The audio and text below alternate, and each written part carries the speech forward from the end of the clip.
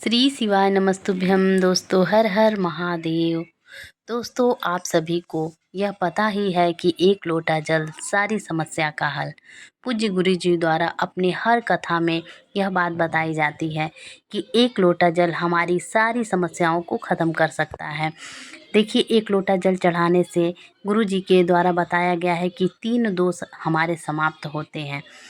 पहला दोष कि हम अपने घर से जब एक लोटा जल मंदिर तक लेके जाते हैं तो हमारे साथ हमारे पितृ दोष जो होते हैं वह वहीं समाप्त हो जाते हैं। दूसरा दोष जो हमारा वास्तु दोष होता है, जो हमारे घर में वास्तु दोष होते हैं, वह एक लोटा जल मंदिर तक जाते ही वह भी भगवान को समर्पित करने से समाप्त हो जाता है। तीसरा दोष होता है काल सर्प दोष, जो भगवान शंकर को एक लोटा जल चढ़ाने से समाप्त हो जाता है। यह 3 प्रकार के दोष हमारे समाप्त हो जाते हैं।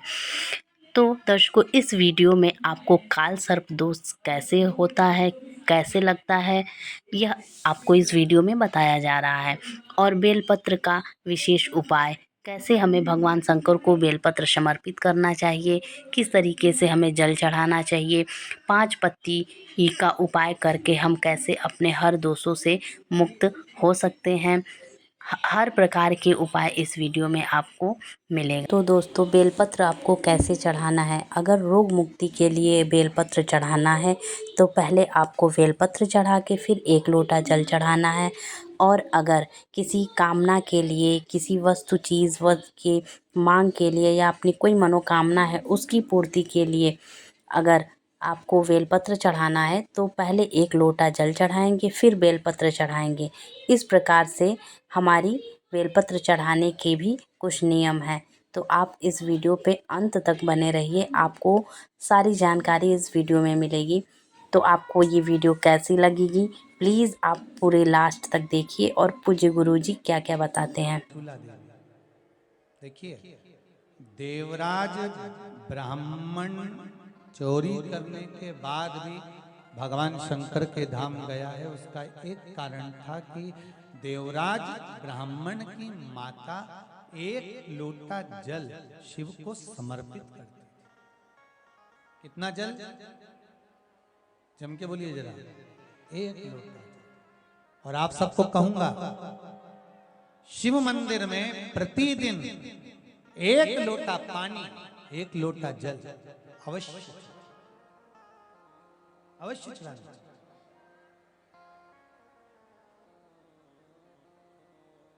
एक लोटा पानी भगवान शंकर को अवश्य।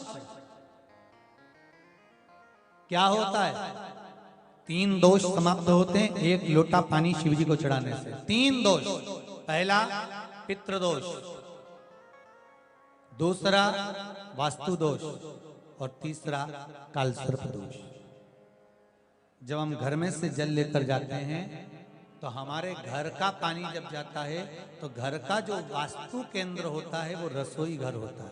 रसोई घर में से जल ले जाकर शिव जी को चढ़ाते हैं तो उससे वास्तु दोष समाप्त होता है। दूसरे नंबर पर है पितृदोष। घर का जो मटका होता है, परिंडा होता है, हंडा होता है, वो पितरों का स्थान होता है। उस पितरों के स्थान पर जो जल भरा होता है उसमें से अगर भाग भगवान शिव को चढ़ाया जाए तो पितरों का देवता आर्यमा भगवान शंकर के कहने पर चलता है। इसलिए वो भाग जब शिव को प्राप्त होता है तो आर्यमा संतुष्ट होकर पितरों को भी फल प्रदान करता है। तीसरे नंबर पर कालसर्प दोष। भगवान शंकर को एक लोटा पानी अगर चढ़ा रहे हो, भगवान शिव पर एक लोटा पात्र जल का अगर चढ़ा रहे हो तो आपका कालसर्प दोष समाप्त। कालसर्प दोष होता कैसे? शंकर भगवान का चढ़ा हुआ जल तुलसी जी में चढ़ाने से पत्रिका में कालसर्प दोष हो जाता है। जैसे माँ जो होती है ना, घर की जो माँ होती है, अगर गर्भ में बच्चा है, गर्भ में संतान है, और वो शिव जी पर अगर एक लोटा पानी, जैसे शंकर जी पर जल चढ़ाया, थाली में सारे भगवान को निला लिया, गणेश जी, देवी जी, शंकर जी, सारे देवताओं को एक ही थाली में रखकर स्नान कराकर वो शंकर का चढ़ा हुआ जल जब चढ़ाया जाता है, तुलसी जी में ले जाकर लोग डाल देते हैं, उससे जो बच्चा जन्म लेता है उस बच्चे की पत्रिका में काल दोष आ जाता है।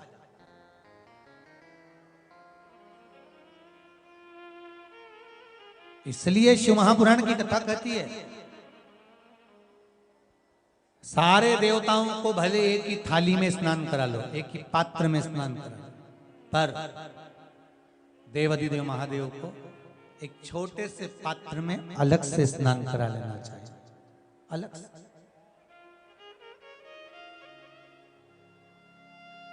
और उस पात्र का जल, शिव जी को समर्पित करा हुआ जल तुलसी जी में नहीं डालना। तुम्हारे घर में जो पौधा हो, जो पौधा हो आप उसको उसमें समर्पित कर दो। जैसे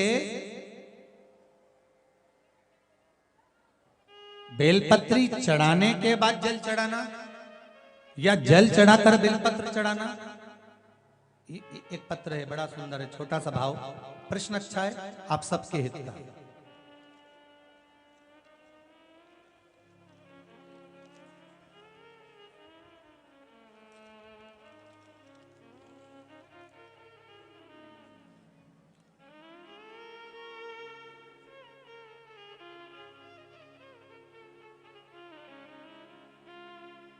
अरुणा जी अग्रवाल जयपुर, झरना जी अग्रवाल जयपुर राजस्थान से इन्होंने प्रश्न किया है, गुरुदेव दूध, कच्चा दूध केवल शिवलिंग पे चढ़ाना चाहिए या पूरे शिव परिवार पे चढ़ाना चाहिए?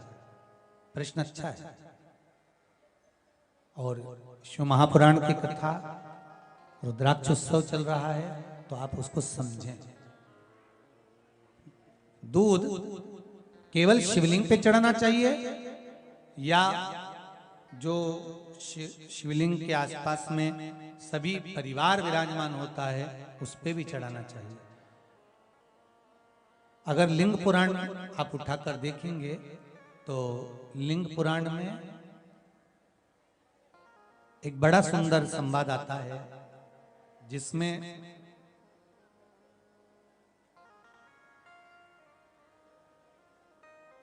पीले कलर के शिवलिंग का वर्णन आता है। सफेद, लाल, पीला और काला, ये शिवलिंग का आपको पहले वर्णन करा है। ब्राह्मण सफेद मट्टी का शिवलिंग बनाता है, वैश्य पीली मट्टी का शिवलिंग बनाता है, क्षत्रिय लाल मट्टी का शिवलिंग का निर्माण करता है, शूद्र काली मट्टी का शिवलिंग का निर्माण करता है। काली मिट्टी के शिवलिंग का निर्माण करता है। ये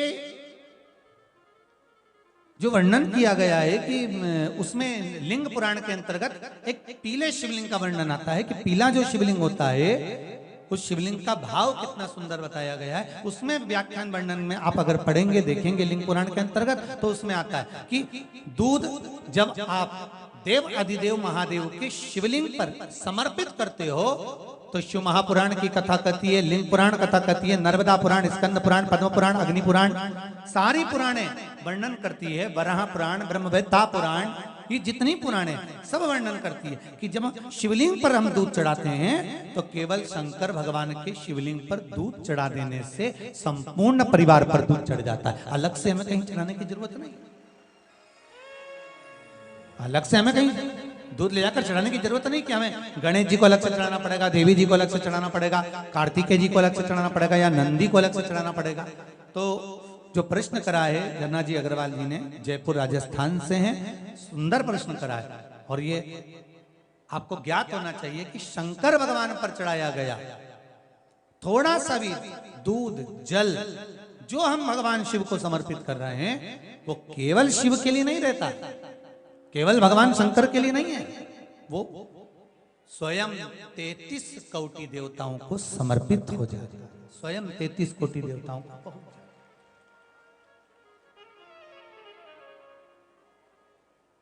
है। अलग से देने की जरूरत नहीं होती।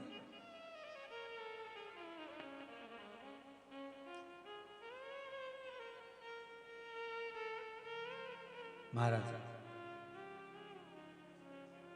एक लोटा पानी,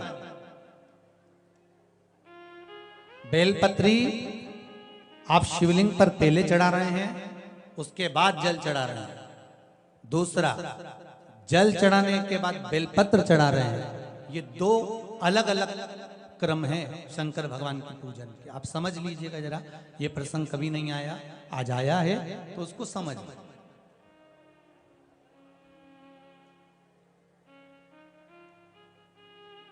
पहले बेलपत्र, उसके बाद में जल जो चढ़ाया जाता है, ये रोग मुक्ति के लिए चढ़ाया जाता है। काय के लिए चढ़ाते हैं अपन? रोग के निवारण के लिए, रोग मुक्ति के लिए। जैसे कोरोना महामारी के अंतर्गत अपन सबने स्मरण किया ऑनलाइन शिव महापुराण में कि एक वर्णन किया था कि अगर ज्यादा स्वास्थ्य गड़बड़ हो रहा है तो एक लोटा दूध था और एक लोटा पानी बेलपत्र रखकर फिर चढ़ाने का उस समय पर वर्णन किया था। आप लोगों ने, कई लोगों ने उसको किया भी और उसका लाभ आपको मिला।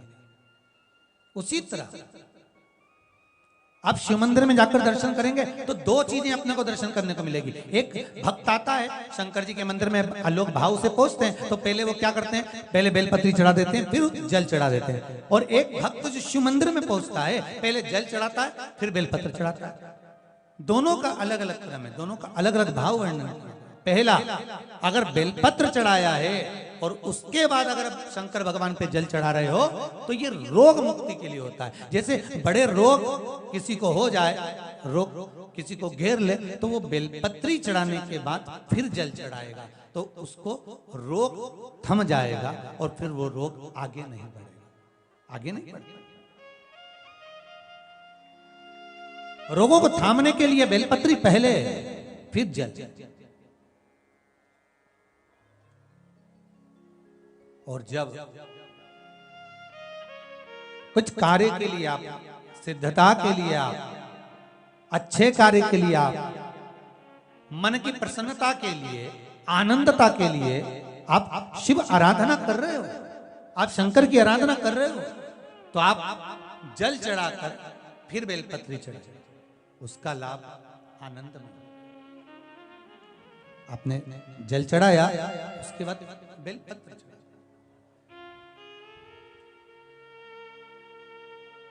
बस एक बात का स्मरण आपको होना चाहिए शिव महापुराण का, कि जब भी आप भगवान शंकर को बेलपत्र चढ़ाते हैं, बेलपत्र समर्पित करते हैं, बेलपत्र समर्पित करते समय प्रयास करा करें कि ये बेलपत्र को जब भी आप समर्पित करें, प्रयास करें कि बीच की जो पत्ती होती है बेलपत्र की, मध्य की जो पत्ती होती है, उसको अंगुष्ठ से पकड़ा जाए।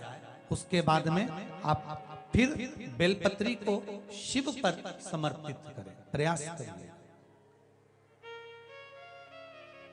बेलपत्र जो हम भगवान शंकर को समर्पित करते हैं, उसका मध्य जो भाग होता है बेलपत्री का, जो 3 देवताओं का मध्य जो भाग होता है, उसको पकड़कर बेलपत्री को शिव को समर्पित करना चाहिए। पूर्व की कथाओं में यह भी वर्णन किया है कि बेलपत्री की डंडी का मुख कहां होना चाहिए। पूर्व की कथाओं में यह भी बताया गया है कि बेलपत्री की तीनों डंडियों के बीच में, तीनों पत्तियों के बीच में जो खाली जगह होती है, डंडी होती है, उसका क्या महत्व है, ये पूर्व की कथा में पहले बता चुके।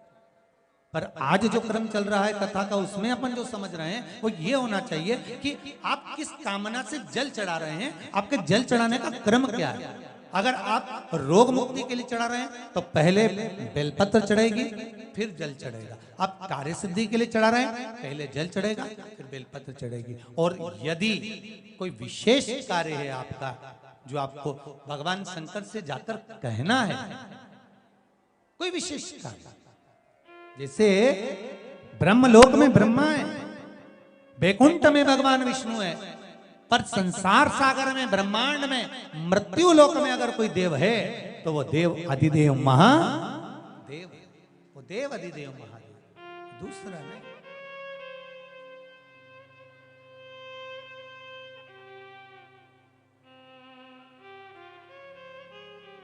कोई दूसरा नहीं है। भगवान दया करना, मैं तेरे भरोसे हूँ। भोलेनाथ दया करना, मैं तेरे भरोसे हूँ। ना घर के भरोसे हूँ, ना परिवार के भरोसे हूँ। सब गाइए। ना घर के भरोसे हूँ, ना परिवार के भरोसे हूँ। भोलेनाथ दया करना, मैं तेरे भरोसे हूँ। भोलेनाथ दया करना, मैं तेरे भरोसे हूँ। जिसको एक भरोसा होता है, शंकर का, भगवान का एक भरोसा होता है, दिखता नहीं है, दिखता नहीं है। ना इनके भरोसे हूँ, ना उनके भरोसे हूँ,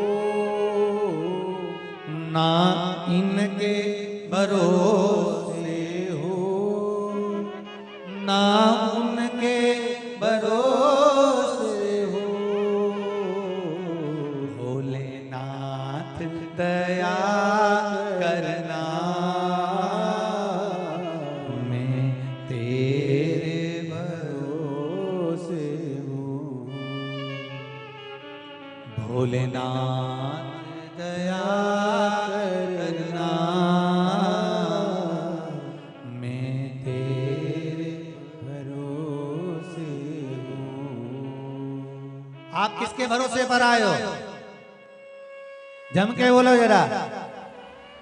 भोले नाथ के।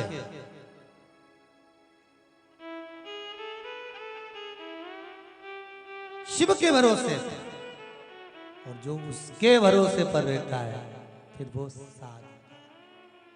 साध था, उसको साधना होता। और देखो रे भाई, शिव साधे भोलेनाथ